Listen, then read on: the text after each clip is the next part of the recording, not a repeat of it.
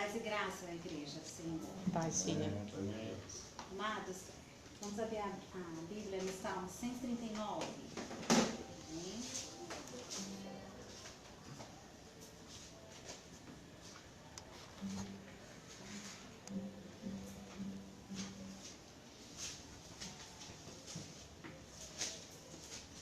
Cadê minha espada?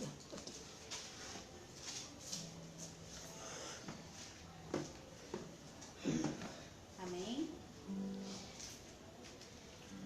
Senhor, tu me sondas e me conheces. Tu conheces o meu assentar e o meu levantar. De longe entende o meu pensamento. Cerca o meu andar e o meu deitar.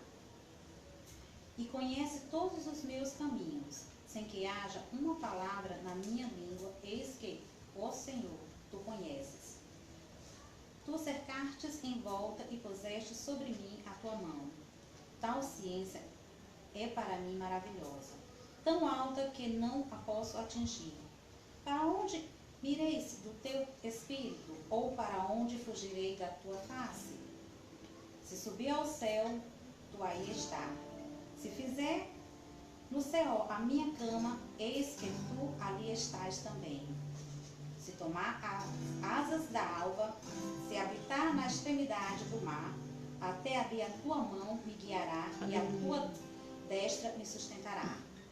Se disser de certo que as trevas me cobrirão, então a noite será luz à roda de mim. Nem ainda as trevas me esconde de ti, mas a noite resplandece como o dia. As trevas e a luz são para ti a mesma coisa. Pois possuíste o meu interior, entristeceste no ventre de minha mãe. Eu te louvarei, porque de um modo terrível e tão maravilhoso fui formado. Maravilhosamente são as tuas obras, e a minha alma o sabe muito bem. Os meus ossos não te foram encobertos, quando no oculto fui formado e entretecido, como nas profundezas da terra. Os teus olhos viram o meu corpo ainda informe, e no teu livro todas essas coisas foram escritas, as quais iam sendo dia a dia formado, quando nem ainda uma delas havia. E quão preciosos são para mim, ó Deus, os teus pensamentos. Aleluia, Deus. Quão grande é a soma deles. Se os contasse, seria em maior número do que a areia. Quando acordo, ainda estou contigo, ó Deus. Tu matarás, de certo, o ímpio? Apartai-vos, portanto, de mim, homens de sangue, pois falam malvadamente contra ti. Os teus inimigos tomam o teu nome em vão. Não aborreço eu, ó Senhor, aqueles que te aborrecem? E não me aflijo por causa dos que se levantam contra ti? Aleluia, Jesus. Aborreço com ódio completo. Tenho-os por inimigo. Sonda-me, ó Deus, e conhece o meu coração. Prova e conhece os meus pensamentos. Aleluia, E Jesus. vê se há em mim algum caminho mau, e guia-me pelo caminho eterno. Aleluia. Amados, esse salmo é uma oração pessoal, né? A gente pode notar aqui, é uma forma de poesia, né? No qual o salmista medita aqui nos atributos de Deus, né? A onisciência, a onipresença, a onipotência de Deus e a santidade, né? Eu vou me deter aqui no quarto, que é a santidade. A igreja do Senhor, a igreja separada, a igreja que ela foi lavada e é constantemente lavada pela água do Espírito, que é a palavra do Senhor. Porque através da palavra nós somos edificados, nós somos santificados. Porque, amados, nós somos chamados. E esse chamado é para produzir frutos. Aleluia, Jesus. Mediante essa palavra hoje, sondem-me. Qual de nós aqui podemos parar um pouco e pensar, né? Antes mesmo que haja uma só palavra saia dos nossos lábios, o Senhor já conhece cada uma. Então, amados, vamos parar um pouco, vamos meditar nesse salmo e pedir ao Senhor. Senhor, como lemos agora, Tu já conheces, Senhor. Então, Pai, purifica, Senhor, os nossos pensamentos, Senhor. Faz assim, Jesus. Senhor, lava para que possamos ter pensamentos bons, sim, Senhor. Para que venhamos fazer a Tua obra, Pai, com perfeição, Pai. Sim, Somos Jesus. sim, Senhor. Imperfeitos ainda, porque estamos em obra, como a pastora sempre fala, nós estamos em obra, Senhor. Mas é o Senhor, nós somos apenas o vaso. Tu és o oleiro, Senhor. Glória a Deus. Então, Pai, vem nos moldar, Senhor, para que sejamos um vaso cheio, Senhor, do Teu Espírito, Pai, para que as nossas mãos possam, Pai, produzir, Senhor, outros e outros mais vasos, para conter porções dobradas, Pai, para que essa igreja seja edificada, Pai, que seja assim, derramado o Teu Espírito constantemente, meu Senhor. Deus abençoa, Senhor, todo aquele que entrar, Pai, por esta porta, Senhor, e que sejamos, sim, Senhor, bênção na vida do nosso irmão. Que assim seja, Senhor. Pai, que possamos meditar, Senhor, em cada palavra que sair dos nossos lábios, Senhor. Que seja para abençoar, Pai. Que seja para regar, Senhor, o crescimento do nosso irmão. Que seja para regar o nosso crescimento, meu Deus, diante de Que assim Ti, seja, na Senhor. Tua casa, meu Deus. Que venhamos a ter um compromisso, Pai, com Tua casa, com Que assim Teu seja, reino, Deus. Pai. Em nome de Jesus, eu oro e te agradeço, Pai. Aleluia. Glória a Deus. Tua presença é real.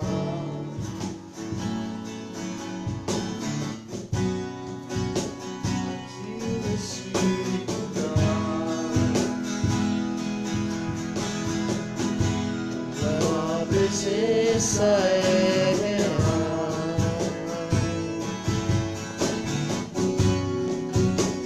Aqui nesse lugar,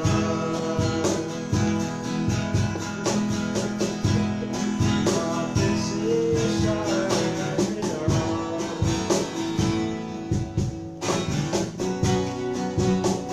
Aqui neste lugar.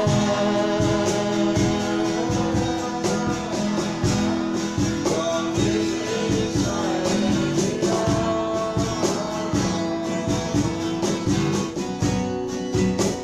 Aqui nesse lugar,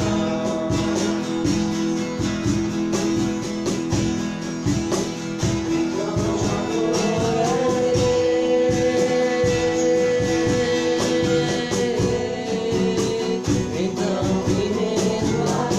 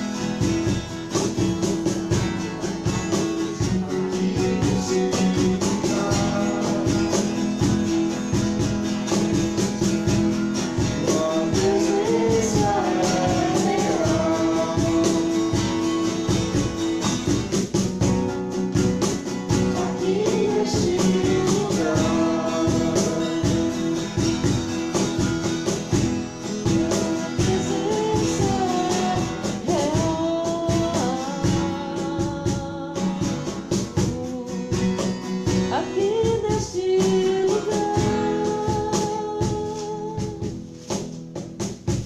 tua presença é real. Aqui neste lugar,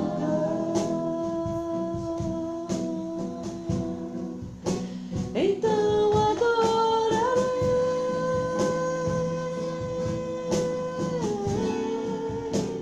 Então eu te louvarei, Senhor. Então me renderei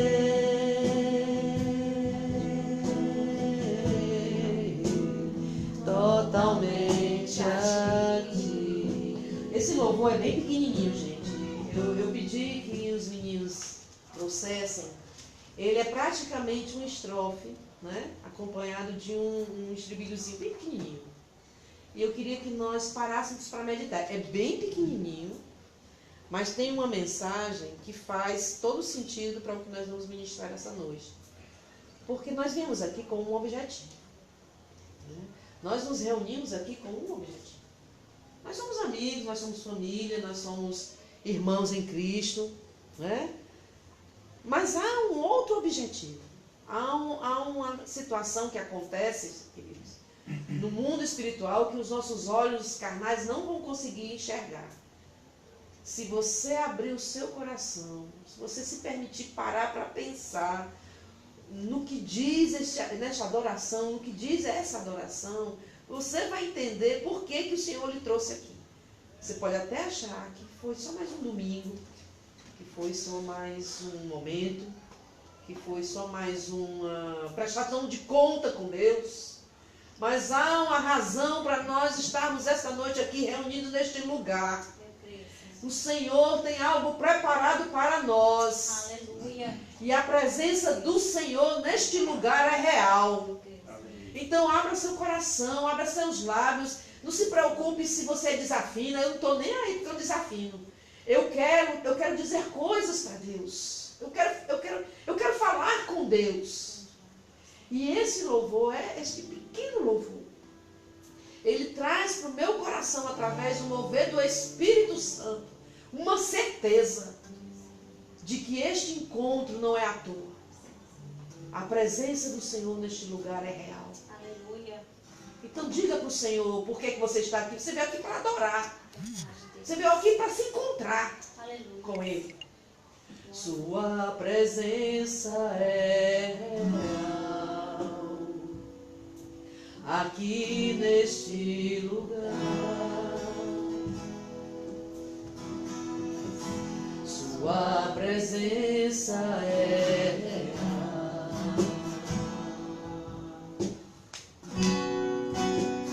aqui neste lugar. De novo. Sua presença é real. Oh, aleluia. Aqui neste lugar. É assim, sua presença é real. Ela é real. Aqui neste lugar. E então eu vim te adorar, Jesus. Então adorarei.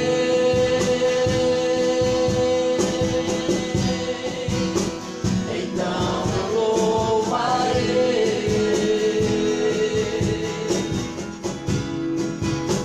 Então me renderei. Eu vim me render a ti, Senhor, totalmente a ti.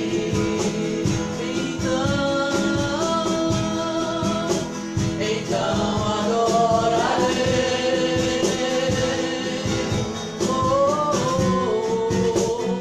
Então eu louvarei a ti, Senhor. Então me renderei, eu vim me render, totalmente a ti.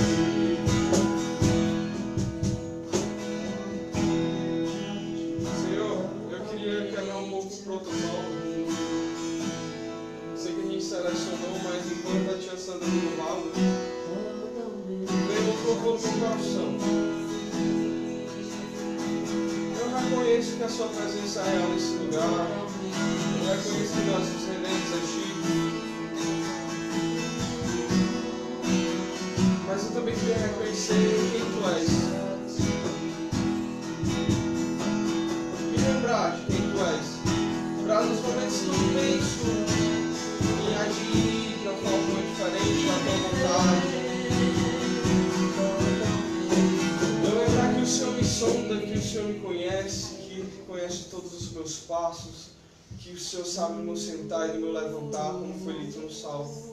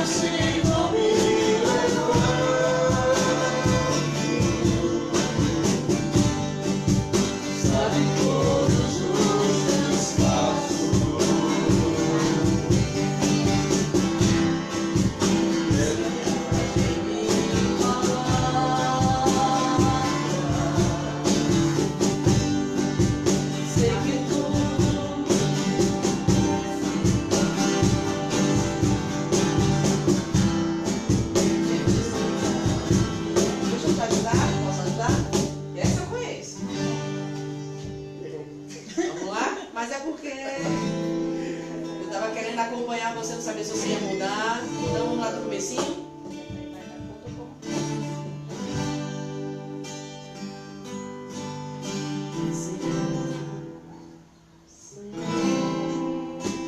Eu sei que tu me sonhas, sei também que me conheces. Se me aceita ou me levanta. É porque ele está tocando na versão do Marco Aurélio. E a gente sabe na versão do Pastor Alisson. Só peguei a nota.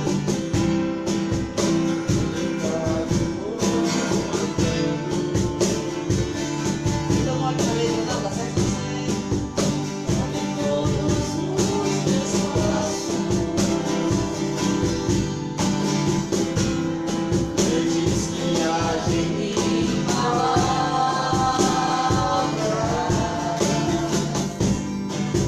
Sei que tudo já conhece.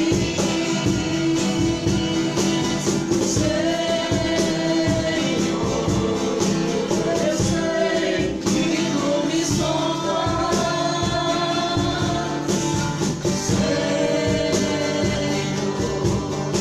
Eu sei que tu me sondas. Senhor, eu sei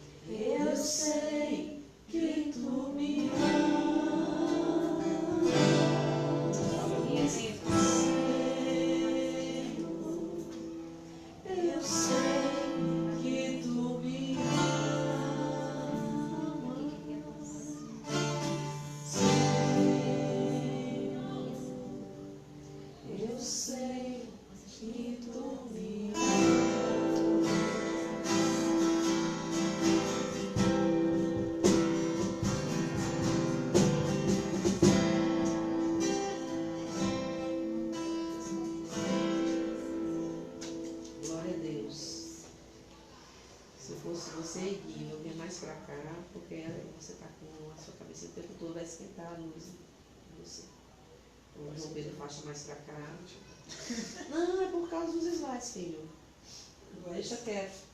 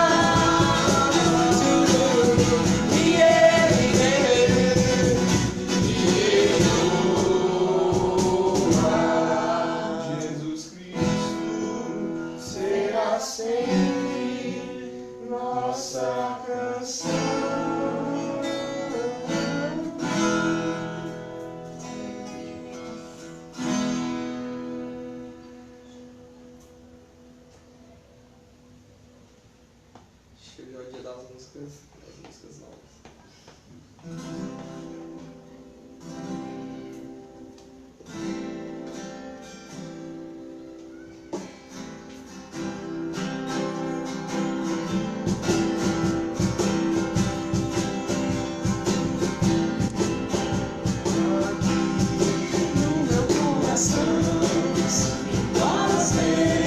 Como turbilhão, me apaga e joga no chão.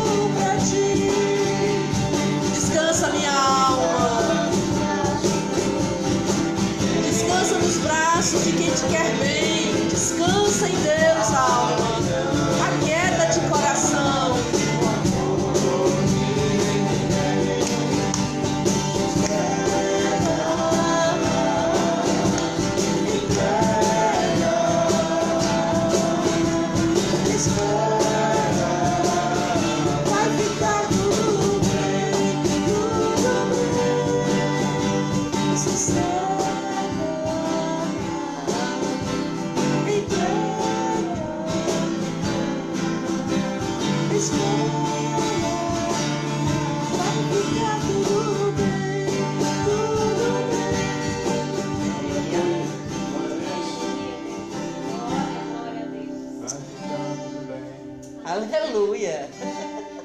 Vai ficar tudo bem. Glória a Deus.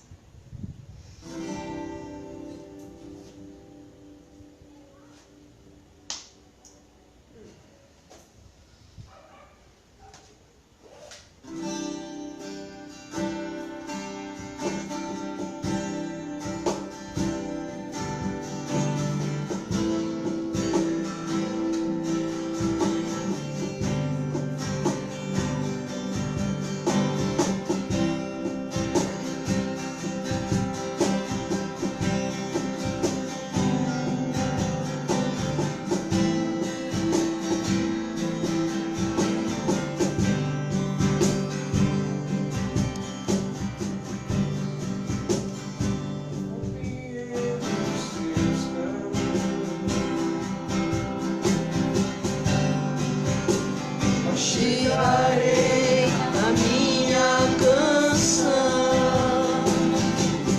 doces palavras te darei,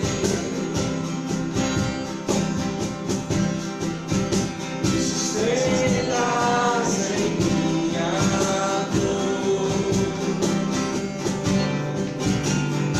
Isso me leva pra mais perto de ti, mais perto dos teus caminhos.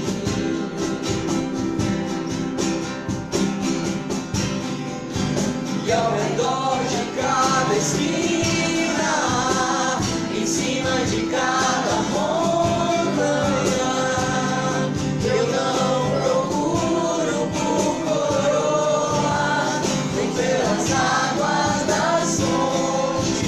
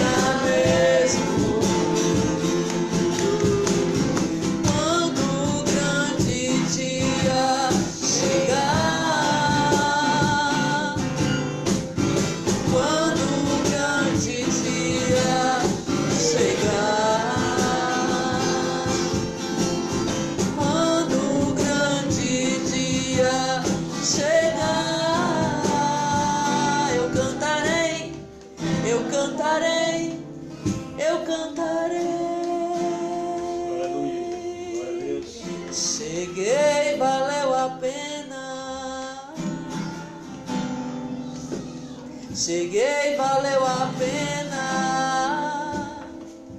Cheguei, valeu a pena mesmo. Senhor, valeu a pena.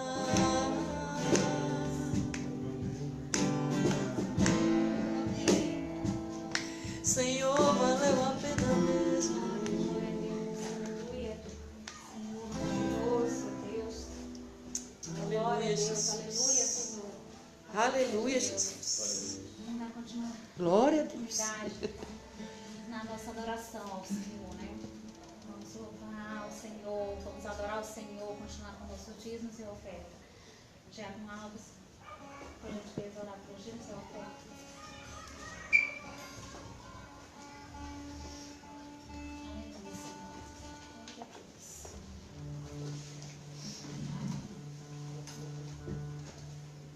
Senhor Deus, Pai maravilhoso, Senhor, graças, Senhor, por esse momento, Senhor. Um momento de alegria, Senhor. Sim, Senhor. E vamos nos entregar, Senhor, dízimos e ofertas, Senhor, para o crescimento da casa, Senhor. Abençoa, Senhor, o povo da tua igreja, Senhor. Abençoa, Senhor, aqueles pais que vão te ofertar, Senhor. Aqueles pais que ainda não têm condições, Senhor, de contribuir para a tua casa, Senhor, que tu venha, Senhor, fazer eles prosperar, Senhor. E que eles possam, Senhor, logo mais, na alegria, Senhor, retribuir para o crescimento do teu reino. Em nome do Senhor e Salvador Jesus Cristo, eu oro, gentilmente te agradeço. Aleluia, Deus. Glória a Deus.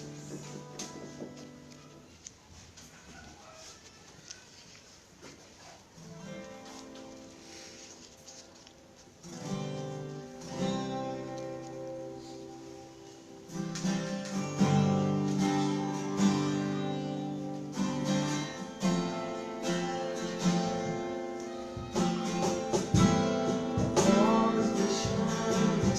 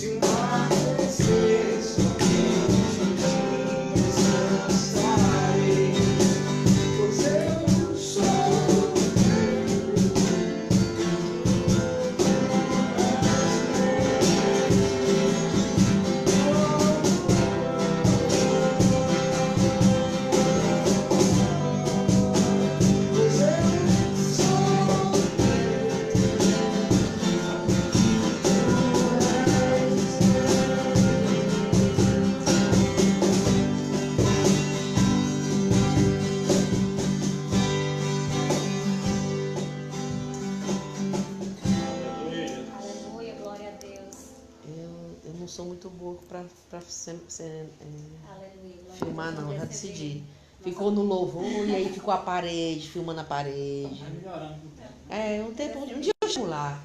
Estamos no início, Um né? dia Glória a Hollywood me Deus. descobre. Comecei a ver a nossa pastora vida. Ei, Jogou? vai deixar aqui? Não. Pronto, deixa eu pegar aqui. Como sempre. Fechou aí? Fechou aí? Não, só quando encerrar. Glória a Deus. Na verdade, só fazer uma conotação sobre por que nós filmamos os nossos cultos. Porque nós temos pessoas que são muito queridas nossas, por exemplo, o pastor Oceano, ele começou agora a radioterapia dele, então ele não tem como sair de casa. E aí ele vai sendo alimentado, né, junto conosco. É como se ele estivesse aqui, porque é tempo real, então aqui e acolá ele interage, né? Temos uma família de irmãos muito queridos nossos também que nos acompanham nas redes sociais. Pastor Antônio agora, né? Já está no nosso grupo. E esse é um dos motivos. Amém. Porque para você se esconder de nossa Amém. Glória a Deus. Igreja Macho, vamos agora. Combina mais de amarrar os cabelos. Então, vamos orar pela pastora vida, né? Para trazer a palavra, para a edificação da igreja, glória a Deus. Não pensa, né? Ele toda informal e ela toda formal. Eu amo isso. Amém. Glória a Deus. Senhor Deus, amado Pai, te louvamos sim, Senhor, pela tua presença, porque tu é real, sim, Senhor. Ó Pai, te louvamos, Senhor, derramando o teu Espírito, continua, Senhor, a jorrar assim sobre as águas, Senhor, sobre o nosso Espírito, sobre a pastora Guida agora, Pai, como já teu, Senhor, seja transbordante sim, Senhor, como dando continuidade, Pai, porque já senti a tua presença, Pai, porque a tua presença já é real, Pai. Seja uma palavra de edificação, sim, como já tem sido, Senhor amado. Então, Pai, trazendo luz, Pai, e discernimento, Pai, para a tua igreja, Pai. Porque o chamado, Pai, já foi posto, Senhor, em nosso coração. Então, Pai, nos capacita, Pai, através dessa tua palavra, Pai, que possamos agora, Pai, nos dar o discernir para usarmos, Senhor, Pai, as ferramentas, Pai, a qual tu tem nos dado, Pai. Então, Senhor, que possamos agora entender, Pai, o verdadeiro propósito, Senhor, da tua palavra, Pai, e aplicar, Senhor, nos dias. Em nome de Jesus. Que assim Amém. seja, Senhor. Amém, Senhor. Abra sua Bíblia, por favor, em João, Evangelho de João, capítulo 17.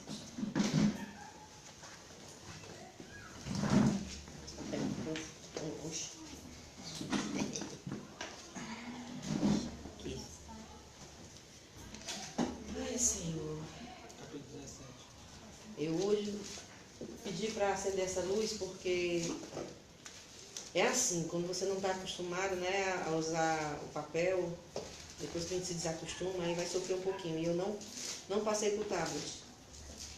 Olha que lindo, gente, nosso pastor Marcelo. É tanto bem. Mas vamos lá. Abra aí sua Bíblia no Evangelho de João. É interessante que já aconteceu tudo o que tinha de acontecer com Jesus, desde o seu nascimento até o seu desenvolvimento, né? Ele cresceu, selecionou um grupo de irmãos para estar com ele, né? E aprender com esses irmãos. Para que esses irmãos aprendessem com ele. Estou tentando me concentrar aqui, mas vai dar certo. E aí ele já não tem mais só 12 discípulos, ele já tem mais 70 que ele comissionou, e esses 70 já multiplicaram-se, e agora aqui nessa altura da história não dá para se saber quantas pessoas eram, né? O tamanho, a dimensão da quantidade de seguidores que Jesus tinha. Porque tinha a multidão que seguia porque tinha interesse, e tinha aqueles que seguiam porque queriam estar com ele, e tinham aqueles que seguiam porque foram chamados por ele para um propósito específico. Inclusive, Alves pregou nessa quinta sobre isso, né? Sobre o chamado. Né? Isso. E aqui, já se aproximando do momento da sua entrega naquela cruz, ele faz uma oração. Eu acho essa oração belíssima porque ele nos inclui nessa oração. Mas eu não vou ler todo o capítulo. Eu queria só trazer a compreensão do que nós vamos partilhar essa noite a partir de um pedaço da oração. Para que vocês entendam, eu vou pouquinho para trás, depois vou até o fim. Porque, na verdade, nós vamos nos deter no versículo 17. Mas eu queria ler a partir do 14. No versículo 14 do capítulo 17 de João diz assim: eu lhes dei a tua palavra. Isso aqui era um diálogo entre Jesus e o Senhor, né, e Deus. Jesus, o homem, né, e Deus. E ele vai e diz assim: eu lhes dei a tua palavra, e o mundo os odiou, porque não são do mundo, assim como eu não sou do mundo. Não rogo para que tires do mundo a eles, mas que os guarde do maligno. Eles não são do mundo, assim como eu não sou do mundo. Santificai-vos na verdade, tua palavra é a verdade. Assim como tu me enviastes ao mundo, também eu os enviarei ao mundo. E por eles eu me santifico, para que também eles sejam santificados na verdade. E rogo, não somente por estes, mas também por todos aqueles que pela tua palavra hão de crer em mim, para que todos sejam um, assim como tu, ó Pai, és em mim e eu em ti, que também eles sejam em nós, para que o mundo creia que tu me enviastes. E eu lhes dei a glória que em mim me deste. Acho lindo isso. Até repetir. E eu lhes dei a glória que a mim me destes, para que sejam um, como nós somos, eu neles e tu em mim, para que eles sejam perfeitos em unidade, a fim de que o mundo conheça que tu me enviastes e que os amastes a eles, assim como amastes a mim. Até aqui. Quando Jesus faz esta oração, ele levanta 3 pontos que marcaram a minha vida.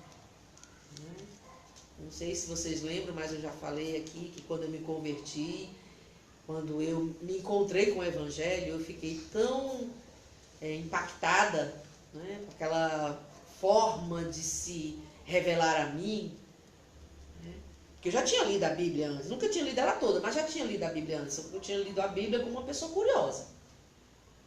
Tinha lido a Bíblia numa certa altura, porque eu queria rebater o que eu escutava. Mas agora eu estava ouvindo a Bíblia através das ministrações, né? Porque eu não lia, mas eu ouvia as ministrações. Né? Quando a Dona Tonita me ensinava, ela lia um texto e mandava aquele versículo para mim. Quem aqui já ganhou uma vida para Jesus fazendo isso, né? Mandava um versículo e perguntava se eu tinha entendido. Quando eu comecei, aquilo me impactou de tal maneira.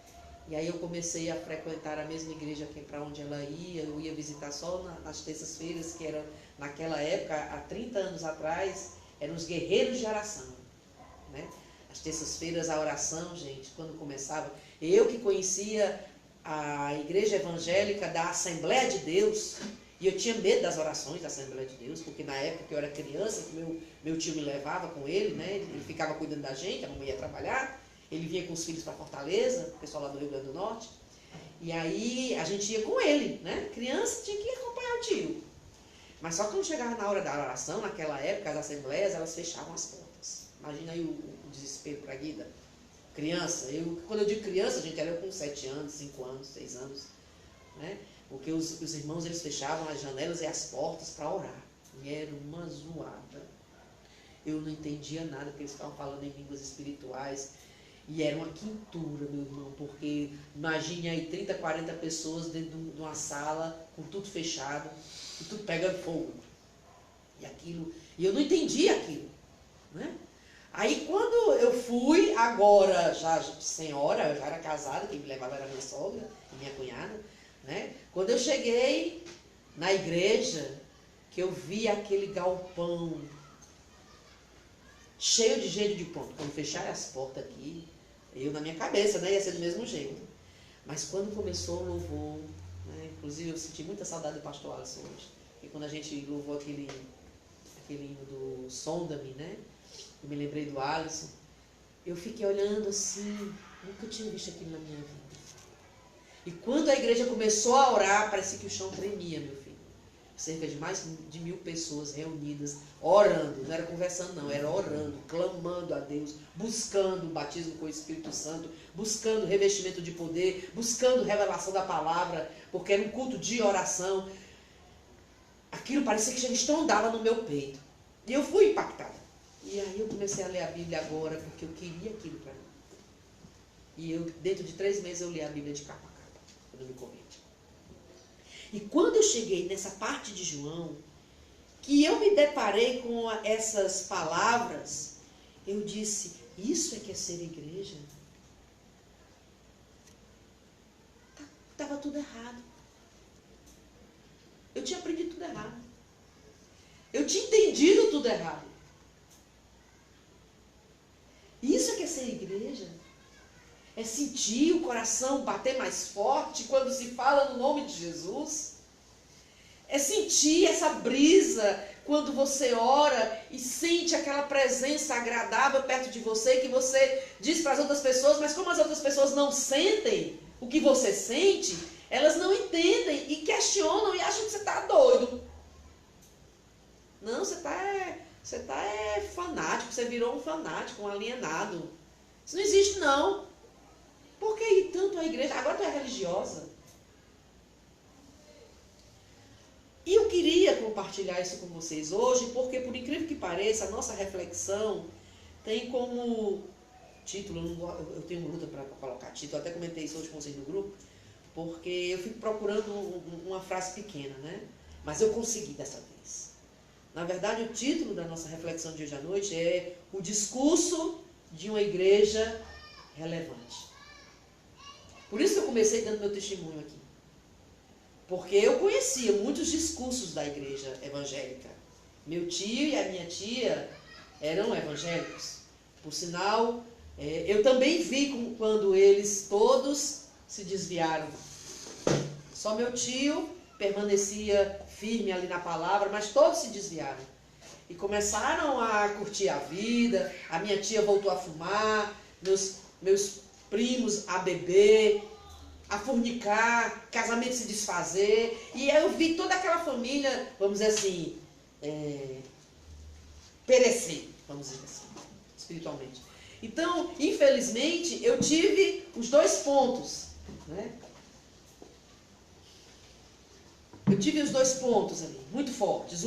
Um discurso que naquela época, 30 anos atrás, 30 anos não, mais, né? Não é que eu faço aqui a mim, vão lá descobrir a minha idade. Mas quando eu era criança, eu escutava um discurso, né? De um Deus castigador, que para se orar era só exclusivo aquele povo, só aquele povo que ia para o céu. Se você não fosse daquela igreja, você não ia para o céu. Se você pintasse as unhas, estava desviado, você não ia para o céu. Se você usasse blusinha de alça, não ia para o céu. Isso não é essa igreja. Eu não vou longe não. Há menos de 30 anos, porque eu já tinha até seminário, estava fazendo até seminário, eu fui fazer uma obra no interior, perto de Sobral. Entre Sobral e... Como é o nome da outra cidade? Cascavel? Cascavel tem uma cidade chamada Frecheiras, né? Por ali. Ubaúna é o nome da cidade. Ubaúna. E eu não sabia, fui uma cidade quente, sol escaldante, 40 graus. Aí fui de bermudinha, né? Panfletar de bermudinha.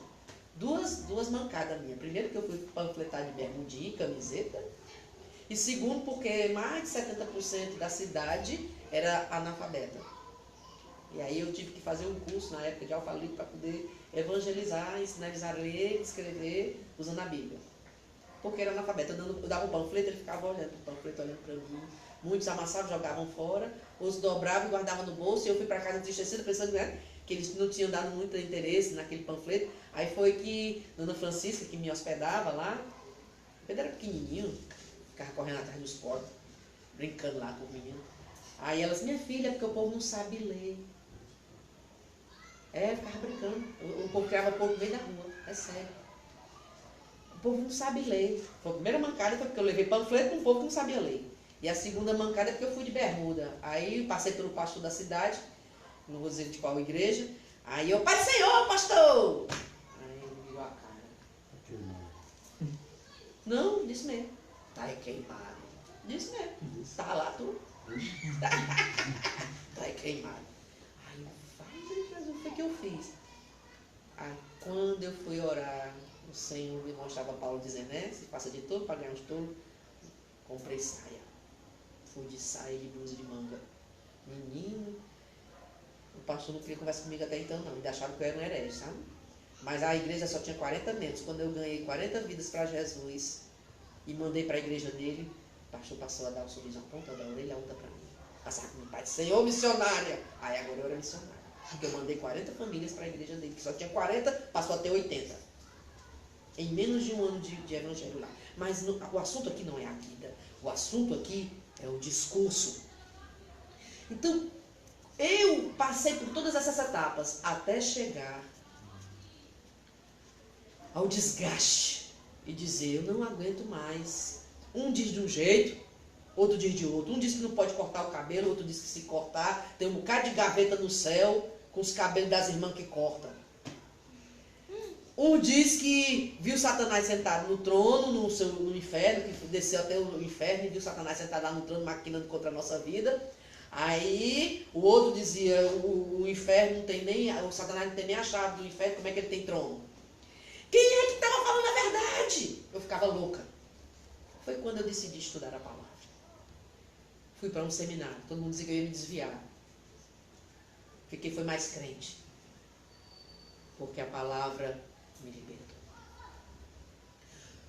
Qual o discurso de uma igreja relevante?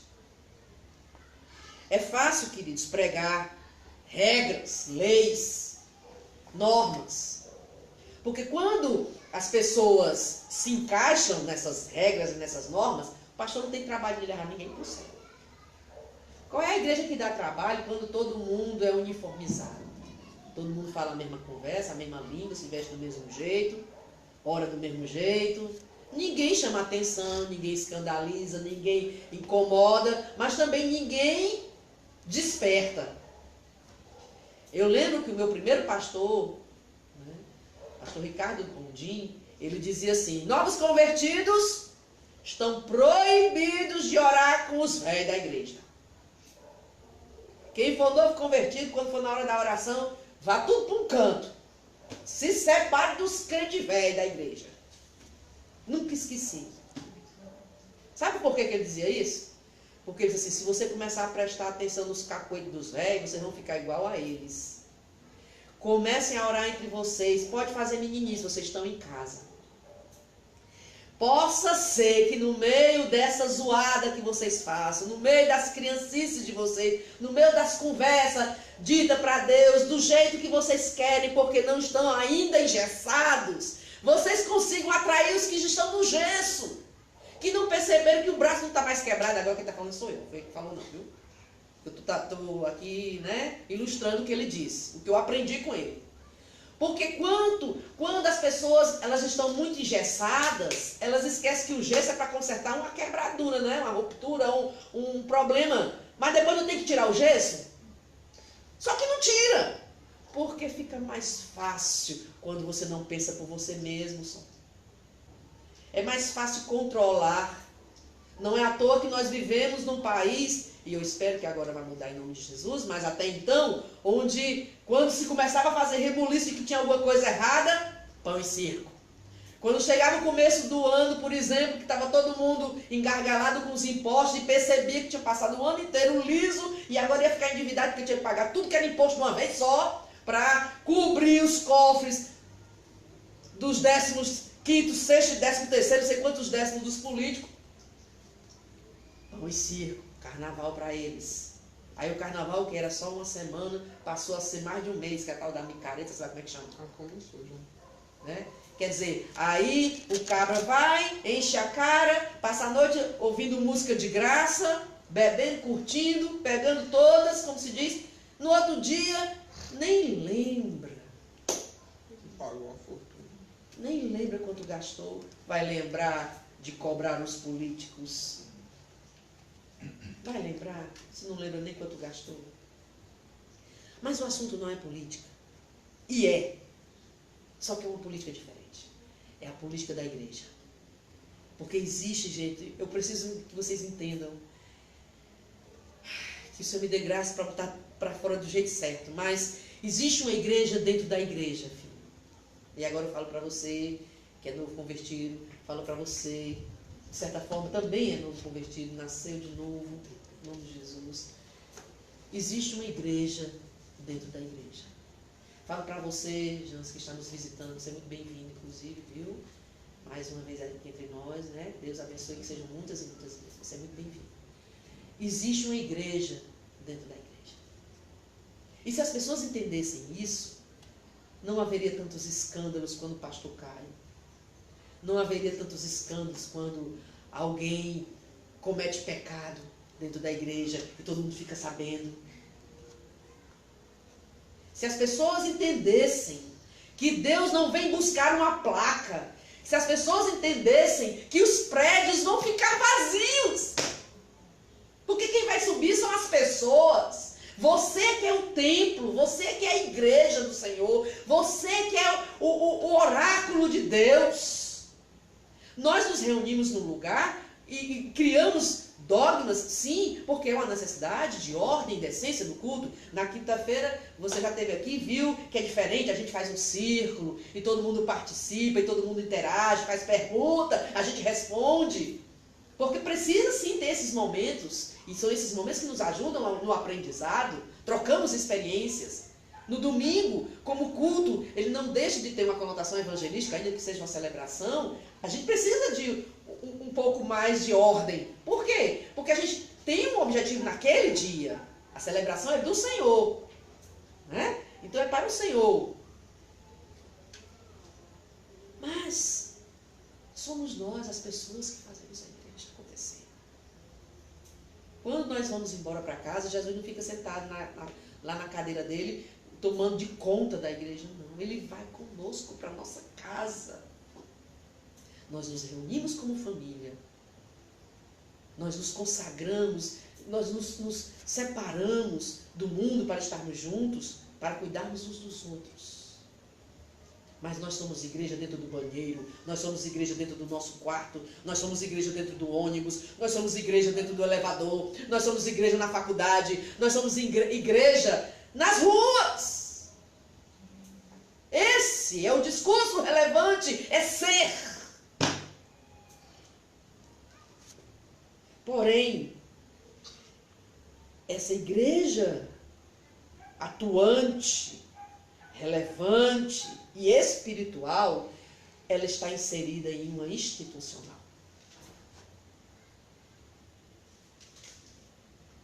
Como fazer essa separação? Temos visto hoje essa separação muito claramente quando nós olhamos para o fruto da igreja. Não é o fruto do Espírito, é o fruto da igreja. Quando você olha para aquele povo que se reúne naquele lugar, não pelo que eles possuem, não pelo que eles vestem. Eu repito roupa.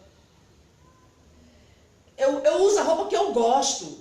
Eu tenho outras roupas no meu guarda-roupa, mas eu visto o que eu gosto. Que me faz bem, que me deixa confortável. No dia que eu quero estar chique, linda e maravilhosa, outro dia eu me petequei toda, até salto eu botei. Aí a Sandra olhou assim, eita, que hoje ela caprichou. Mas é verdade. Né? Um dia cabelo solto, um dia cabelo preso, mas essa é a vida. Essa é a vida. Esse é o Alves. Não, o Alves é bonita. Elegante. Elegante. Fora o bigode, fora o bigode. E aí, agora, quando a gente está aqui juntos, esses detalhes, eles deixam de ser relevantes. Porque eu não estou nem aí se você está de salto alto, se você está de chinelo. Eu gosto de pregar e descalço. Quando eu vou pregar numa igreja com lá, Deus, toda vez que eu vou pregar lá, Deus manda eu tirar os chinelos dos pés. Acho tão interessante. Eu não subo no púlpito, eu fico descalço. Um dia vocês vão me pregando lá e vão saber. Mas, porque no dia que eu fui pregar, eu fui pregar lá na Sarça Ardente, quando eu fui subindo, aí Deus disse assim, tira os chinelos dos teus pés. Aí toda vez que eu vou pregar lá, eu prego isso. O que eu quero que vocês, o que eu quero me fazer entender para vocês, é que todas essas coisas, cadeiras, paredes, retroprojetor, computador, hoje tem 2 aqui, tá sobrando, né? Glória a Deus. São irrelevantes. Porque Deus quer mesmo é você. Ele quer mesmo é o seu coração. Ele quer mesmo é o seu louvor. Eis que o Espírito do Senhor irá buscar aqueles que o adoram e o adoram em espírito e em verdade. Mas esta igreja institucional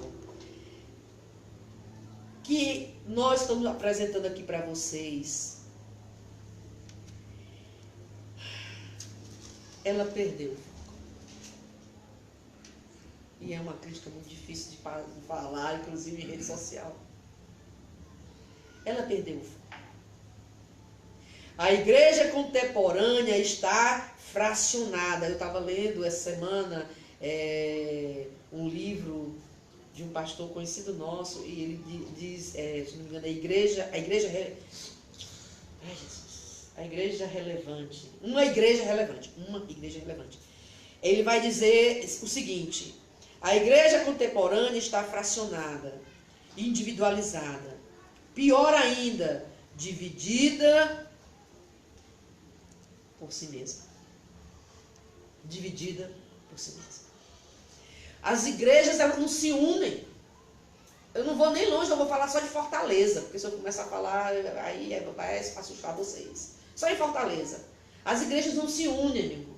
Se você disser assim, vamos fazer um evento gospel, vamos unir os ministérios, convidar os pastores. Eu era professora do 7 de setembro nessa época, e era professora ainda de seminário. E lembro que foi determinado pelo governo na ocasião que fizéssemos o currículo da orientação cristã do país. A grade curricular da educação cristã nas escolas. Porque quando um curso é regularizado pelo MEC, obrigada. Porque o MEC ia reconhecer o bacharelado teológico. Mas para ele reconhecer, diferentemente, por exemplo, dos Estados Unidos, né, eu acho que foi até modismo essa ideia aí, na época, porque nos Estados Unidos, os conselheiros pessoais do presidente, eles tinham que ter alguns critérios, e entre eles, eles tinham que ter um curso de antropologia, um curso de filosofia, um curso de teologia, né, para fazer parte dessa comitiva de orientadores do presidente. Aí, quando se soube disso, ser bacharel em teologia passou a ser status, porque o presidente havia colocado como critério, entre outros, a teologia.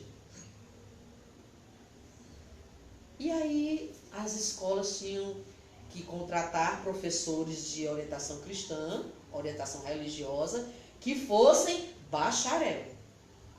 Muitas pessoas afanavam as nossas vagas nas escolas. Por que eu digo afanavam? Porque até então, quem era professor de religião na escola? Pessoas religiosas.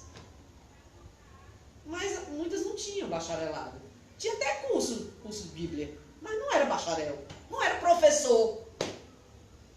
Né? E eu lembro que, não sei se foi na Câmara, na Secretaria de Educação, né? Todas as secretarias de educação tinham que se posicionar. E aí convidaram as pessoas religiosas que eram relevantes, pastores e padres. Botou todo mundo numa sala e foram discutir o currículo. O que é que iria se trabalhar? Gente, foi tão ridículo. E eu digo isso porque eu era professora de orientação cristã da escola e era coordenadora, inclusive. Então, entrava direto, né, nos sites, procurando o currículo. Como é que já estava o andamento. Foi ridículo, meu filho. Porque era tanta gente brigando. Não. Porque se for falar do padre tal, tem que falar do apóstolo tal. Não, porque tem que falar de Maria, então não pode falar de... Vai falar de Cícero, não pode. Não tem nada a ver com orientação cristã. Não. Eu só sei que aí os pastores começaram a brigar entre si. Não era mais nem padre brigando com o pastor para o que podia e o que não podia. Se tinha texto, se não tinha texto. Não era. A discussão era entre os evangélicos. Primeiro ano da Marcha para Cristo aqui, eu era aluna do seminário com a pastora líder, né? E ela foi quem trouxe Marcha para Cristo. Os pastores ficavam discutindo. Mas quem é que vai ficar no trem elétrico lá, né? Naquele carro lá em cima, né? E quem é que vai ministrar? E quais são os músicos? De qual igreja? Terminou, quase ninguém apoiou a pastora na época. Mas foi um sucesso. Aí quando foi no ano seguinte, resolveram fazer de novo. Chamaram nem ela para a reunião. Ela até se entristeceu na época. Desabafou comigo, então eu posso falar, porque ela falou foi para mim, não foi ninguém que disse que ela falou. Falou foi para mim, Guida, estou cansada disso. Parece uma queda de braço. A igreja está fragmentada. Discursos que não levam a nada e faz é dividir as pessoas. Quando na verdade nós deveríamos era nos unir. Discorda de mim, não concorda com blusa assim, não tem problema não. No dia que eu for visitar a sua igreja, eu vou de blusa de manga comprida. Prometo que não vou sapatear nem falar em línguas, porque você é tradicional. Isso até entendo. Eu até entendo. O que eu não entendo é que isso vire briga, quando são todos um só povo. Essa igreja contemporânea, quando não está brigando umas com as outras, por território, brigando por território, quando não é brigando por território, elas estão brigando por ativismo. Quem faz mais e o que está fazendo? Cadê o relatório? Fulano está no interior, quantas vidas já ganhou para Jesus? Vixe! Não, isso aí não vai dar em nada não, traz de volta. Não vamos mais mandar o recurso para isso daí não, que isso aí não sai do lugar, manda para aquele dali que está se desenvolvendo. Igrejas que têm um objetivo, um foco, desde que aumente os números do relatório. Não é o discurso de Jesus, queridos. Esse não é o discurso de Jesus. Lucas 18:8. Alguém poderia, por favor, abrir para mim a Bíblia, porque aí eu fico mexendo no tablet, vai me atrapalhar. Alguém abra, por favor, em Lucas 18:8.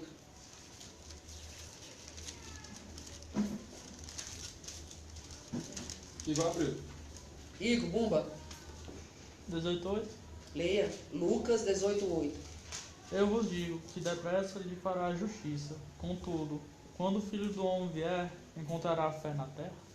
Eu vos digo, será feita justiça. Mas agora me responda. Quando o Filho do Homem voltar, encontrará fé? É muito movimento, é muito ativismo, mas é pouca leitura de Bíblia, é pouca oração, é pouco poder, é pouca transformação de vidas. Igrejas abarrotadas de gente, mas vai olhar para a vida no outro dia, lá na hora levantando as mãos e cantando. Glória a Deus, eu também gosto de levantar as mãos, gosto de dançar na presença do Senhor, bater palma. Só que quando é no outro dia, você vai lá, aquela pessoa está avançando o sinal vermelho, falando da vida alheia, fofocando, né? Falando da vida alheia, só negando imposto, é caixa 1, caixa 2, caixa 3, contratando gente sem assinar carteira. Aí se você diz assim, irmão, você não assina carteira não, mas você não é crente, aí o irmão é assim, irmã, se eu fizer isso, se eu for seguir todas as regras, tudo que manda aí a cartilha, eu vou pedir, por favor, não me desconcentra, deixa ela tá grávida, tu não tá. Se não tiver na minha cartilha... Não, mas se eu for na cartilha, eu vou falir. Eu vou falir. Está confiando em quem? Está confiando em quem? Onde está a fé? Onde está a espiritualidade? Onde está a santidade? Outra coisa que eu estava lendo essa semana que me chamou a atenção. Abra, por favor, a sua Bíblia em Apocalipse, capítulo 2.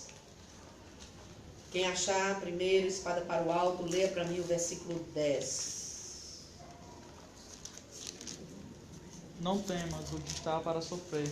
Eis que o diabo está para lançar alguns de vós em prisão, para seres provados, e terei uma tribulação de 10 dias. Ser fiel até a morte, e te darei a coroa da vida. Então, os discursos, se não está brigando uns pelos outros no território, se não está preocupado em números, está ensinando o que parece ser santidade, o que parece ser uma palavra maravilhosa, mas está ensinando heresia. Está ensinando ideias antibíblicas. E aí, o fruto dessa igreja é pessoas egocêntricas, pessoas que não trabalham com outras igrejas porque acham que um vai tomar a ovelha do outro, pessoas que quando vão orar só pode orar com aquelas pessoas. Não, se não é da minha igreja, eu não posso ir não, para essa reunião aí não. Só posso orar com um pouco da minha igreja. Eu estou falando de coisa que... É porque eu não posso citar os nomes, tá, gente? Mas saibam de que tudo que eu estou falando aqui, depois se alguém quiser saber em particular, aí eu vou mostrar onde é que você pesquisa, para você conhecer os dogmas das instituições que estão por trás desse discurso. Mas eu não vou longe não. Eu tinha uma filha na fé, o marido dela se converteu, uma benção. Os dois crentes. Agora, né? Ela já era crente, ele se converteu. Não, ela não era crente e ele era desviado. Ele se reconciliou e ela se converteu. Foi. E aí a família toda se alegrou, blá, blá, blá, blá, e aí ele foi para o interior. Lá no interior não tinha a igreja da minha denominação. Ele, e agora, pastor? Eu digo, não, procure uma igreja aí, não deixe de ir para a igreja não, vá, se alimente, se tiver alguma dúvida, pergunte. E assim foi. Passou-se. Quando eu fui lá visitar, que eu tinha um trabalho evangelístico lá, visitar essa cidade, estava todo mundo na casa, a mãe, a irmã, o pai, aí chega ele e a esposa, aquela alegria, vida para lá, vida para cá. Peguei o violão, nessa época eu me atrevi a fazer essas marmotas, né, de tocar, hoje eu só atrapalho. Quando eu comecei a tocar o violão, disse, agora vamos orar. Aí eles se levantaram e eu saí, eu disse, para que vocês vão? Não, nós não temos permissão de orar com você. Como é? Nós não temos permissão. Nosso pastor, ele vai nos disciplinar se nós ficarmos. Porque ele diz que a gente só pode orar na igreja e na presença dos líderes da igreja. Porque até na oração nós podemos ser desvirtuados. Eu digo desvirtuado, condenado ao céu, tu está aí agora. Porque eu te gerei, foi no ventre da minha alma. Eu te tirei, foi lá do mundo. E quando eu estou falando eu, é porque eu fui lá brigar com o cão por você. Dei um tanto carão. E a irmã Francisca, a mãe dele, só fazia assim. Porque ele não podia orar nem com a mãe. Porque o pastor da igreja onde ele estava se congregando dizia que só podia ser lá. E até hoje é assim, viu? Essa denominação só pode assim. Só pode orar, eles só podem orar juntos. CA só na sede, todo mundo vai para a sede, aí sim. Não pode ser na congregação, subcongregação. Mas deixa ele lá, quieto. O que interessa aqui para nós é que esse discurso, ele se choca com o discurso de Jesus. Porque Jesus, ele entrava nas casas para orar com publicanos. Jesus se sentava na praça e dava atenção a prostitutas. Jesus, ele se sentava com aqueles que cobravam imposto com aqueles que tomavam vinho e virava a perna, bebia até secar o garrafão, e ele ainda fazia para eles mais. Porque a questão não era o vinho daquele casamento. A questão é que eles queriam estar com Jesus. Eles convidaram Jesus. Casamento, Jesus nunca foi penetra, tá, gente? Então, se ele estava naquele casamento, foi porque ele foi convidar. E ele foi tão misericordioso, que mesmo sabendo que eles estavam bebendo acima da medida, ele fez o vinho para eles. Para alegrar o coração deles. Como esse discurso pode se encaixar no discurso de hoje, que diz que se você se sentar com uma pessoa que não é crente, se você for para uma praia, se você for bater bola, se você for comer numa pizzaria, você está pecando? Eu não entendo. Será que eu estou errada? Será que isso é que é realmente ser santo? Se isolar? Saibam vocês que nos primórdios, quando os homens retos, que eram religiosos, não aguentavam mais a prorrogação, a disseminação da maldade, começaram a construir mosteiros, castelos com muros tão altos que não dava-se para transpor, e se enclausuravam lá.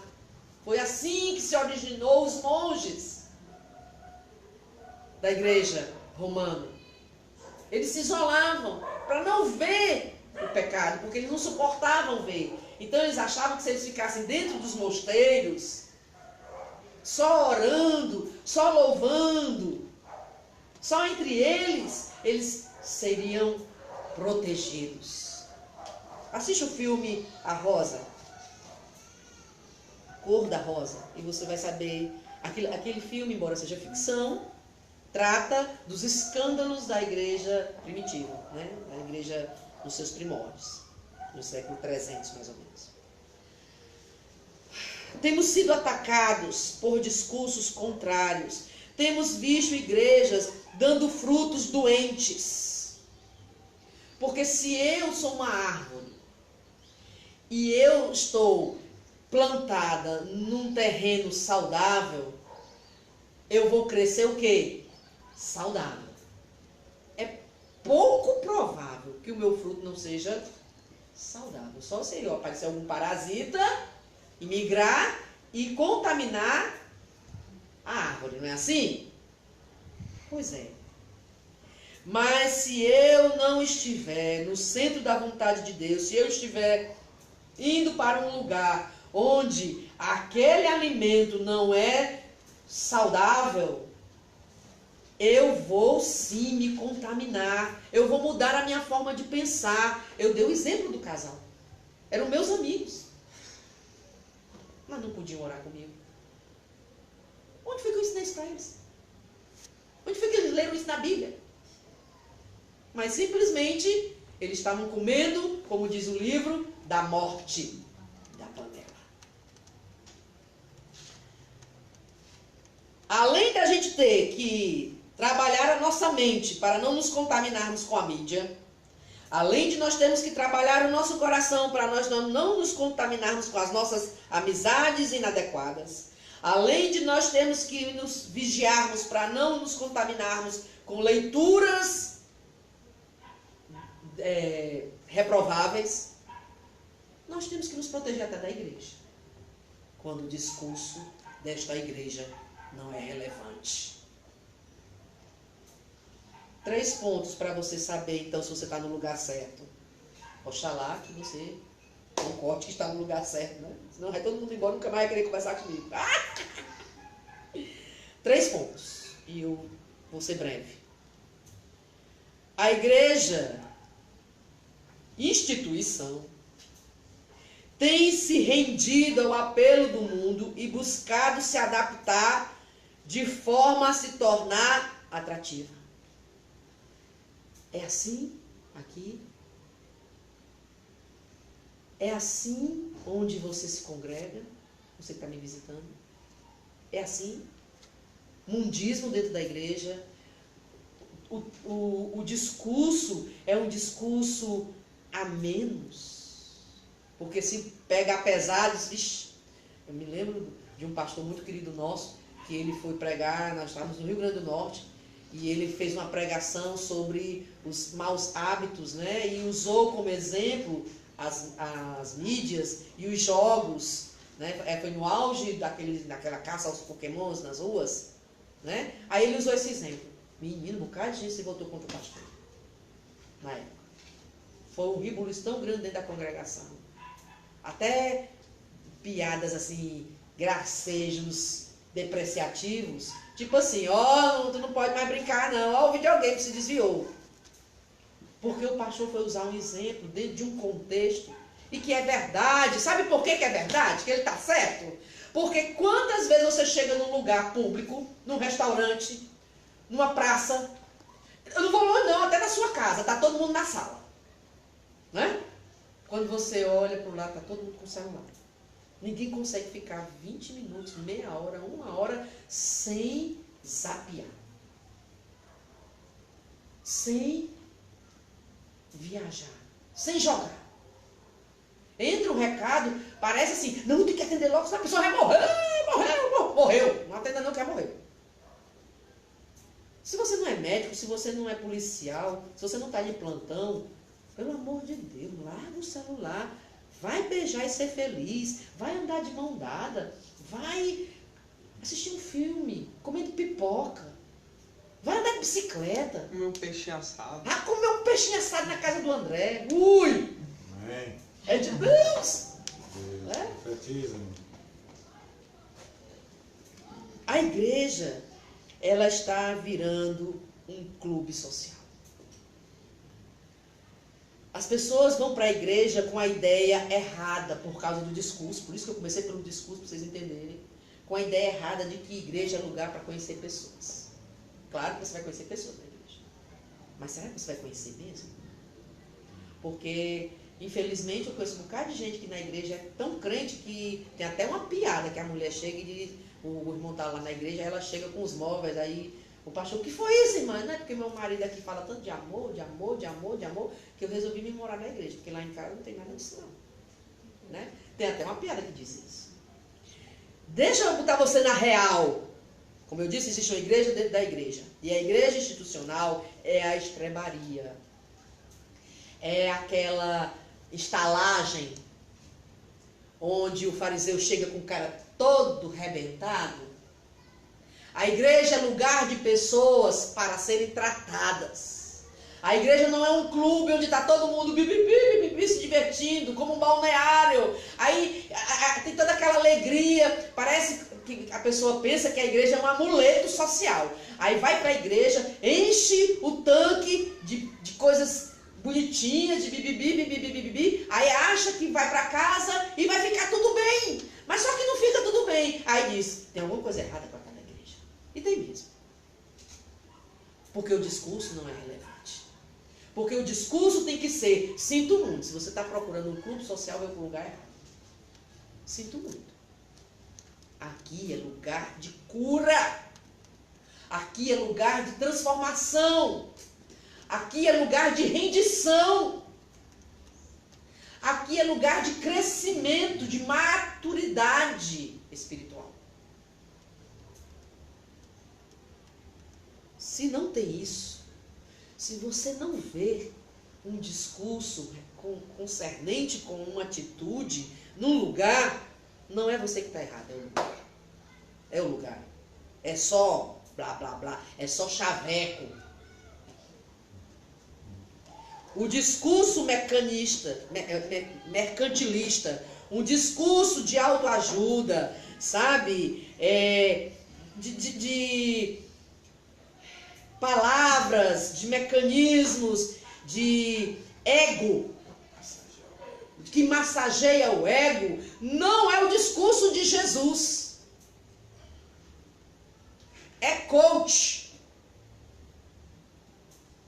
O discurso de Jesus é: vinde a mim, todos vós que estáis cansados e oprimidos, vós que estáis sobrecarregados, e aprendam comigo, que sou manso e humilde de coração, e encontrareis refrigério para vossas almas, porque o meu jugo é suave, o meu fardo é leve. Esse é o discurso de Jesus. E esse tem que ser o discurso da igreja. Não que está tudo bem, que, sabe, agora você vai prosperar, você não tem que se humilhar, você não tem que chorar, se quebrantar. Não é que você tem que chorar, tá, gente? Por favor, é só uma figura de linguagem. Eu estou falando de se quebrantar. Você tem que olhar para dentro de você e dizer: Senhor, miserável homem que sou, porque o bem que quero fazer não consigo, e o mal que eu aborreço anda comigo. Quem me livrará da morte desse corpo? Este tem que ser, sabe, o espírito. O seu coração. Venha derramar o seu coração na presença do Senhor.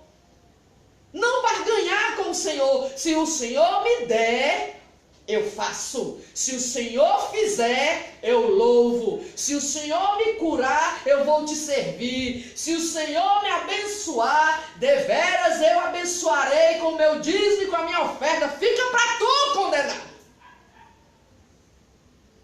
Esse dinheiro não é bíblico, não abençoa. Senhor, eu te abençoo, meu irmão. Senhor, eu abençoo, meu irmão, porque o Senhor tem me dado. O Senhor tem me dado o suficiente para mim e para aqueles que não têm. Como está escrito lá em Atos, a igreja de Antioquia era uma igreja que se importava com os menos favorecidos. E eles tinham tudo em comum e nada retinham daquele que nada tinha. E Deus os fazia prosperar no seu caminho. É outro discurso. Eles davam porque podiam e queriam participar, e não porque iam receber de Deus. Eles davam porque já tinham recebido. Que darei eu ao Senhor que não tenha recebido dele primeiro, porque dele, por ele, para ele são todas as coisas. O discurso de Jesus não é esse. O discurso da igreja não pode ser esse, meu irmão. Venha para cá, passe por aqui, passe por acolá, compre isso aqui, leve para sua casa, derrame nas paredes, vai ficar tudo bem. Pode até ficar bem, porque Deus é misericórdia. Mas não foi isso que Jesus disse. Jesus disse que levasse ele para casa e não as coisas. Leve ele, não leve as coisas para casa, leve Jesus. Aleluia. Eu ia falar, né? Mas vocês sabem o que eu estou falando. Passa, se perde. Segunda, a igreja do Senhor não tem por base a conotação de uma família. É cada um por si e Deus por todos. Se os irmãos vão fazer um encontro, aí chama toda a sociedade. Aí vem aquele monte de gente. Termina o encontro, vai todo mundo embora. Você pergunta o nome, ninguém sabe nem quem é. Fulano, você foi visitar aquele casal que aceitou Jesus? Não, fui não, mas alguém vai. Quem vai? Alguém. É igual aquela cartinha que é de treinamento de empresa, né? O chefe mandou que alguém fizesse uma coisa. Ninguém fez. Porque alguém deixou de fazer. Ninguém fez. É um negócio assim. Faz tanto tempo que eu não mexo com isso. Mas era mais ou menos isso. Termina que alguém vai. Quem foi? Ninguém foi. Quem foi? Ninguém. Família é alguém que se importa com alguém. Família é alguém que ora por alguém. Você não ora pelo seu marido? Você não ora pelo seu marido? Ora? Pois é. Isso é família. Porque às vezes alguém pede oração para mim e eu oro. Mas você ora todo dia. E se não ora todo dia, eu vou lhe meter a pila. Fazer igual o irmãozinho lá, vem cá, condenado ao céu. Não é? Eu acho lindo a Tânia, no WhatsApp, às vezes a gente não muda, né? Lá o status da Tânia é sempre o mesmo. Eu oro pelo meu amado. Eu oro pelo meu marido. Acho tão lindo, né? Fazem tudo junto. Tem hora que até se reclama, eu brigo muito com ela quando ela reclama. Porque eles fazem tudo grudado no outro. Ele só vai para os cantos se ela for. Ela vai para um canto, ele tem que ir. É aqui, ó. Esse tique-tem. Né? Eu acho bonito. Ela às vezes reclama, ai, que não deixa eu fazer nada, porque eu não sei o que eu quero dirigir. Aí eu dirijo pra você, meu bem. Aí eu digo, reclama de bucha, de barriga cheia. Porque eu, se eu não dirigir, o carro não vai só não. Né? Mas isso é ser família. No fundo ela reclama só porque ela quer fazer charminho, viu? Mas isso é ser família. É estar juntos. É se preocupar uns com os outros. É ir para casa, é sentir falta de quem não vem. Isso é ser família.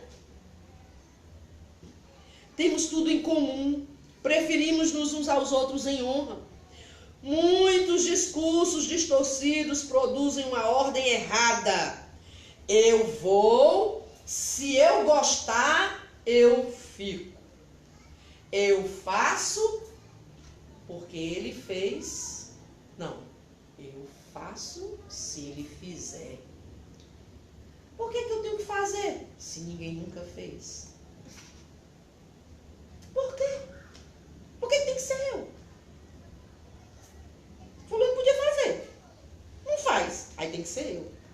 Esse é um discurso fruto de um discurso distorcido. Sabe por quê? Porque Jesus nunca mandou que a igreja fizesse algo que ele não tivesse feito primeiro por ela. Então, do mesmo jeito que eu disse que as pessoas não vão para a igreja para conhecer pessoas por essa motivação, porque a igreja não é um clube social, eu quero te dizer que a igreja que tem um discurso relevante faz com que as pessoas sejam curadas, sejam transformadas e sintam-se devedoras, a fim de fazer pelo outro aquilo que recebeu para si. Porque como é que eu posso ser tão abençoado e não ter prazer em abençoar? Como é que eu posso ser cuidado e achar que eu não tenho dever moral de cuidar? Isso não é o discurso de Jesus. Esse é o discurso da carne, do antropocentrismo. Esse é o discurso do egoísta. Faça por mim, mas eu não tenho que fazer por ninguém. Isso é um engano. A igreja tem que ter fruto de misericórdia. A igreja precisa ter atos de compaixão. A igreja que tem um discurso relevante não é aquela que só fica falando, não. É a igreja que abraça, é a igreja que sorri, é a igreja que pega na mão, que dá cheiro. Esses dois chegaram hoje, a gente estava aqui na organização, estava toda suada, corri para me banhar, para ficar cheirosa, só para dar um cheiro. Isso é amor. E amor não é palavra não, porque se fosse palavra ninguém se separava. Porque um bocado de gente que vai no cartório ainda fala e ainda assina. Mas na prática, abusa, cansa, desfaz o que foi feito.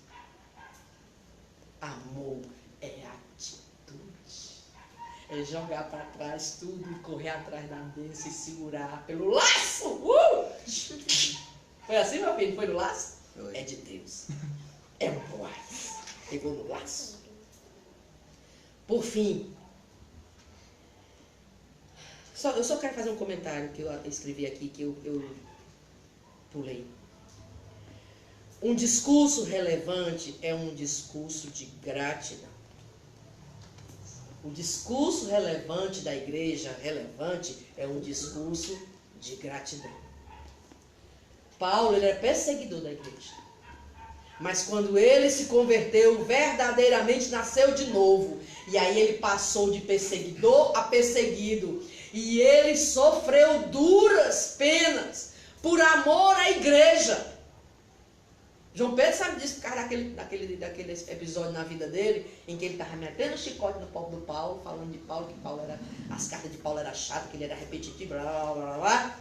Aí, quando ele foi ler o versículo seguinte, eu tinha feito uma narrativa sobre isso, e ele leu lá Paulo dizendo: filhinho, se falo assim é para que você aprenda, para que você memorize o que eu estou te ensinando. Grandes penas passei para que chegasse até você essa carta. Quantos açoites, por mais de uma vez fui dado como morto. Fui jogado no monturo e dado como morto.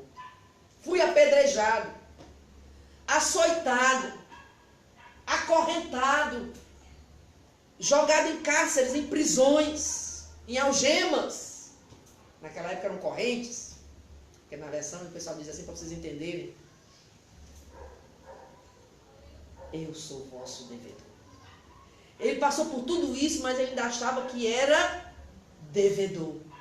Sabe por quê? Porque ele ensinava errado.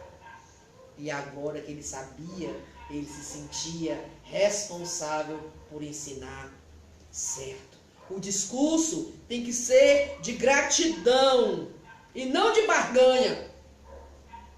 Por último, a igreja relevante não comunga com a injustiça, não se omite, nem se dobra diante de sistema ou homens. Uma igreja que tem um discurso relevante, ela sempre vai andar na contramão, queridos. Quando você vê uma igreja que concorda com tudo, tem alguma coisa errada. Uma igreja que não se indigna, não se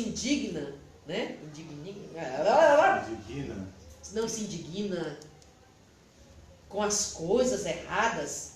Quem está errado é ela, está mais errado do que está coisa. Se você está num lugar e vê uma situação totalmente antibíblica e você diz, não tem nada a ver com isso, não é comigo, tem alguma coisa errada com você. Porque a igreja, ela vai se condoer, porque aquele miserável que está fazendo aquilo ali, ele está num laço, ele está numa prisão de pecado. Onde você estava antes? Uma igreja que no passado, por exemplo, dizia que negro não tem alma, para justificar a escravidão, não é um discurso de Jesus não, gente. Até hoje, coloca Jesus loiro dos olhos azuis. Me diz que isso não é um discurso racista? Mostrar Jesus loiro dos olhos azuis, me desculpem quem pensa que não é. Viu? Vale a Bíblia. Jesus era judeu, nunca foi loiro dos olhos azuis. E isso é um discurso racista. Porque se colocasse Jesus moreno, ia se chocar com a política da época, que dizia que negro não tem alma.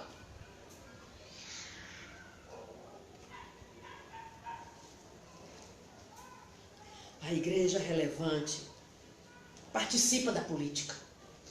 Eu não vou botar um político no púlpito, ele não é pregador. Eu não vou botar um político para ensinar. Ele não é teólogo, não é mestre, ele é político. Mas nós somos os governantes do reino. Nós somos os governantes do reino. Então nós somos coparticipantes da política, queridos. E você fazer vista grossa, crente, votar nulo, votar em branco. Olha, eu não quero nem saber. Quando alguém chega para mim, irmã, você votou em quem? Eu digo, não é secreto, não. Se eu for dizer, você vai querer brigar comigo, porque você é do outro partido, ou é de esquerda, é de direita, não sei nem dizer qual é dos dois, e aí vai querer me convencer, quando na verdade eu já estou convencida. Eu orei. Meu discurso é esse. Nós também nessa história porque a gente votava no mesmo candidato. Mas a primeira vez que tu veio querer conversar comigo de política, eu olhei para tu e digo, vai orar. Eu já orei. Eu já tenho meu candidato. Não foi assim a conversa? Eu já tenho meu candidato. Aí, não, mas deixa eu falar aqui. Eu já tenho meu candidato. Eu já orei. A igreja relevante não olha discurso de homens. Ela olha para o centro. O centro é a vontade de Deus. Senhor, qual é a tua vontade? Qual é o teu desejo, Deus? Eis-me aqui, quero te servir. Vota nele, depois vai lá e mete a chiva se ele não fizer. Vou votar, tu não tá mandando? Vou votar. Mas eu estou a olhar de olho, ó. Vou até assistir jornal, para saber se o cabra está fazendo o que disse que ia fazer. Só que as pessoas votam e esquecem de olhar a lista da proposta do seu candidato. Vota porque ganhou um bilhete de tijolo. No interior, gente, é só o que dá. Quando eu estava no interior, chegava na minha porta. E ainda ficava com raiva porque eu não aceitava. Perguntando do que é que eu estava precisando. Eu dizia, eu estou precisando que tu se converta. Essa cidade está precisando de mais crente. E era desse jeito, não é? E tem briga de morte se os cabras não entrar na onda. Eu não morri porque Jesus não deixou. Hernandes Dias, que é o autor do livro A Morte da Panela, ele vai dizer o seguinte, ó: o grande problema do púlpito moderno é a teoria da comunicação. Desculpa. O grande problema do púlpito moderno não é a teoria da comunicação, mas sim o conteúdo, a convicção e a consistência teológica vivenciada. O problema das nossas igrejas não é se o cabra fala certo ou se ele fala errado. Se é pro molde, entra pra dentro, sai pra fora. Vocês prestam atenção nisso? Eu não presto não. Eu presto atenção se ele tem uma vida reta, digna, íntegra. Se ele está falando que está na Bíblia. O pastor Antônio me fez um elogio, eu sou meio cabulada com um elogio, né? Mas ele me fez um elogio lá no grupo e o áudio veio, não tem nem como, né? Eu posso até apagar para mim, eu também não queria apagar. Eu fiquei constrangida porque elogio em público me deixa constrangida. É bom, mas a gente fica encabulado, né? Mas ele me fez um elogio que lavou a minha alma, porque eu estava orando naquele momento, por incrível que pareça, eu estava orando, Senhor, é para dizer isso mesmo? É, tá certo, tá mandando, te responsabiliza. Aí o pastor Antônio pega e coloca lá. Eu me alegrei muito, daquele jeito dele, né? Eu me alegrei muito lá na igreja com o discurso da pastora Guida. É Bíblia, ela prega Bíblia. Sabe por que ele se alegrou? Porque está assim de discursos antibíblicos. Muita conversa e pouca Bíblia. Assim, o tesouro, assim é o seguidor. Onde está o tesouro, está o seu coração. Examine-se, pois, o seu coração. Examine seu coração. Veja se o que você tem colocado nele tem produzido vida ou morte.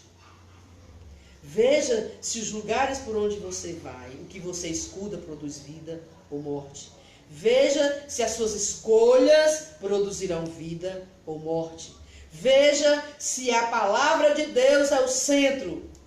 Veja se você tem dado a Deus o seu devido lugar, seu lugar de direito. Examine-se, pois. Porque como eu li hoje, é a palavra de Deus a verdade. Ele, como eu li, nos separou. Ele trouxe para nós a revelação. Ele nos mostrou de uma forma singular, simples, numa oração, o que é ser igreja. O seu discurso é coerente com o discurso de Jesus? A igreja onde você se congrega é coerente com o discurso de Jesus? Vamos ficar de pé. Eu sei que a palavra foi meio pesada, né? Porque todo culto doutrinário sempre vai ser assim. Eu tinha até dito que a palavra hoje era doutrinária. Eu quero pedir que a igreja ore, se autoavalie. Procure dentro de seu coração o que você tem feito. Eu achei interessante que não estava na lista, mas nós louvamos com o Sonda-me. Né? Então, deixa Deus sondar o seu coração. O Senhor, Ele sonda porque Ele conhece você, mas você não se conhece. No entanto, quando você deixa Deus sondar o seu coração, Ele traz à tona aquilo que você quer esconder até de você mesmo.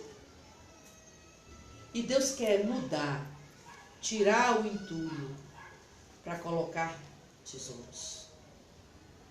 Porque onde está o tesouro, aí estará o seu coração. Vamos orar? Eterno Deus, nós bendizemos o Teu nome, Senhor. Nós te rendemos graça. Tu és o nosso tesouro, Senhor. Nos ajuda a ser uma igreja relevante. Uma igreja cujo discurso é coerente com as atitudes. Uma igreja fortificada, sólida, saudável, Senhor. Uma igreja que se importa com as pessoas. Uma igreja que está interessada não em apenas receber, porque é bom receber, Senhor. A Tua palavra diz que aquele que recebe se alegra porque não tinha.